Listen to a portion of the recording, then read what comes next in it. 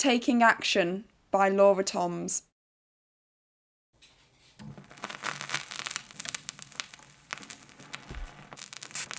I think we're going. We're ready. Yep. Yeah. Fantastic.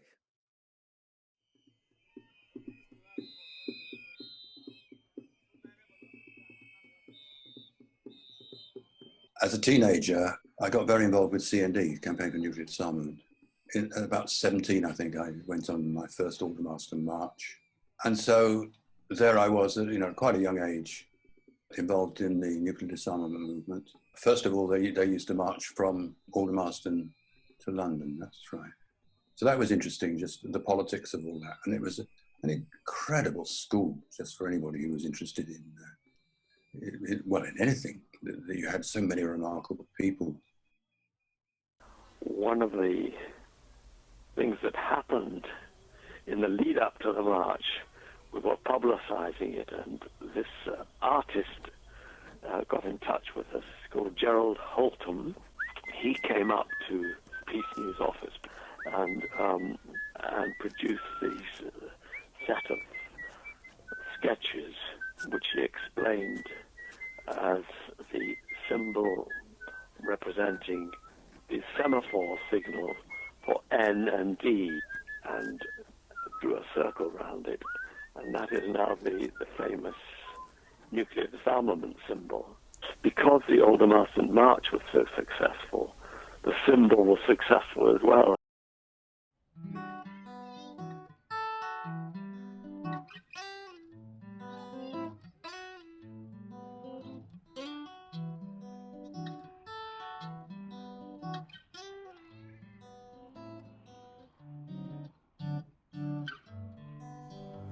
Today we're going to Aldermaston, the nuclear weapons base near Reading, part of the CND 50th anniversary, to protest the existence of nuclear weapons.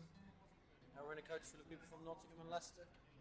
We're in a coach full of people from Nottingham and Leicester. Being a member of that march was quite incredible. You felt you were a public personality just by being one of these 10,000 people, but you were important. And we, almost throughout the march, sold Peace News at the peripheries of the march to the towns and villages and people we were passing through. And I remember coming up Whitehall, I had the newspaper folded in half, with the top half showing, and it had a big picture of the start of the march with the banner, and the front page was just dominated by this picture. It said "March to Aldermaston." And as we came back into London, they were flying off my hand. I was selling them up the clappers because people saw it as didn't really know what the event was all about. Realised something big was happening, and they just wanted a souvenir copy of Peace News. How many of those actually stuck in terms of influencing people? I have no idea.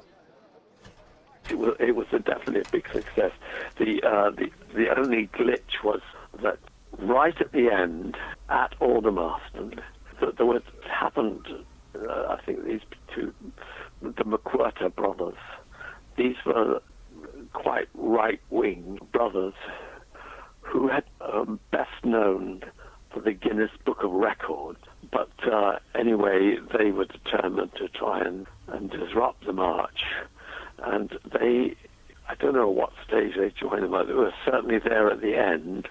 They had a German car, and they mounted a loudspeaker on the top of it and went right to the Aldermaston and started haranguing the marchers.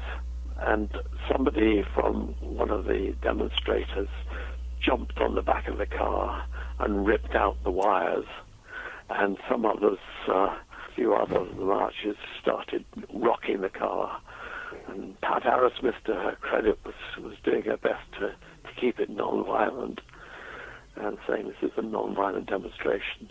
But that one incident, which very, very few people in the march would have even seen or known anything about, was enough to produce a headline: Aldermaston ends in riot. Then the 63 Aldermaston happened. And before that happened, we had a word from this friend that something was going to happen on this Aldermaston march, and to be aware and sort of ready to react if we could be.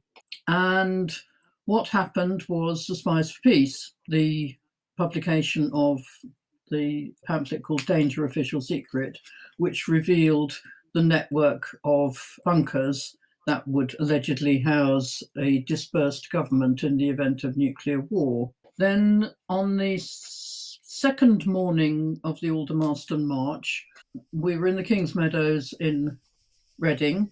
People were giving out leaflets. They probably said Spies for Peace and a resume of the pamphlet. There was a huge kind of buzz going around. Well, I think we should go and visit this RSG6 that's just off the road. And so we started to form up the RSG6 contingent, and the CND the CND leadership got a little bit, Peggy Duff and Olive Gibbs got a bit exercised by this, and kind of, there was a sort of spluttering of, but you're in the green contingent, Oxford. You're in the maroon contingent, London. I said, no, we're the RSG6 contingent. We're going to visit RSG6. It became quite acute, and I think was my first moment of proper militance. I said, if you don't let us form up this contingent, to Olive Gibbs, we will sit down at the exit from the meadows and you won't get your bloody march out. And so they did, and we did. Campaigning in 1977 was completely different from today, because there's no computers, there's no social media. So if you wanted to get people out, we had to have things like telephone trees, where you have somebody at the top of the list who perhaps has 3 people on there to contact 3 people, and then each of those 3 people contact 3 people, and so on. So by the time you got to the bottom, you could have a lot of people contacted. So anyway, first of all, you've got to get the word out. So you had to do leaflets. So there'll be other people in the campaign who would be drafting leaflets. Somebody would have to draft the words, somebody else would do the design, and then you'd have to have a list of people who deliver them.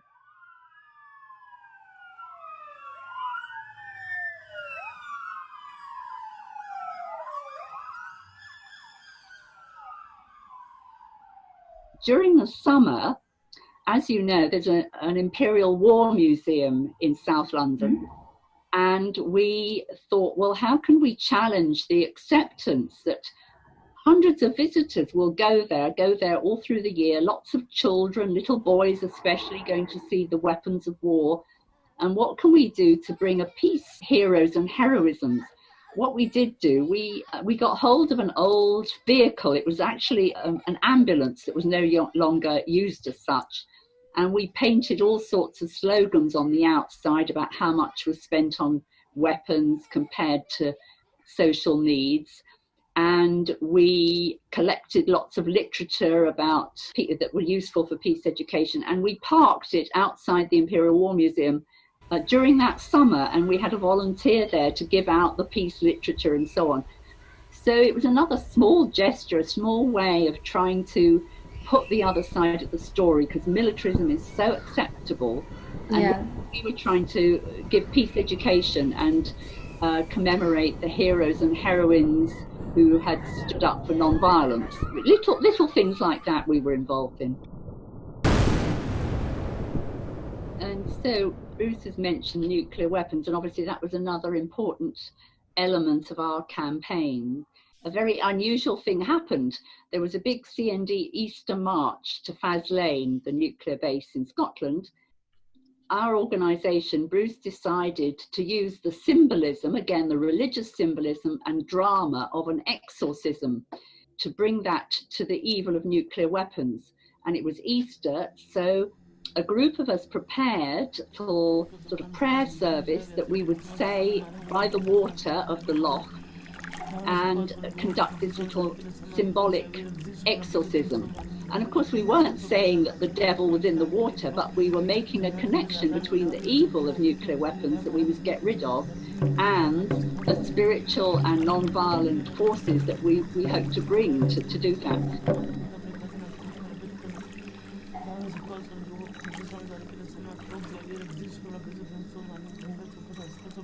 What was especially remarkable of that particular event was as we walked down, I had the bucket of holy water and a little brush to sprinkle the holy water.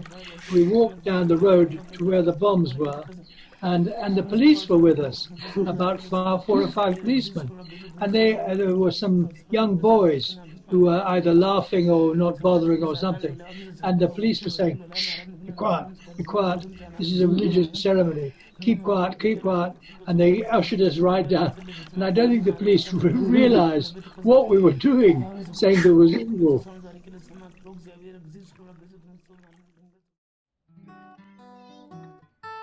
I was on a permanent party back then. We were going to change the world. We were going to destroy patriarchy. We were going to have gay liberation, and capitalism was at an end. We were going to change the world. We were going to change the world. We were going to change the world. We were going to change the world.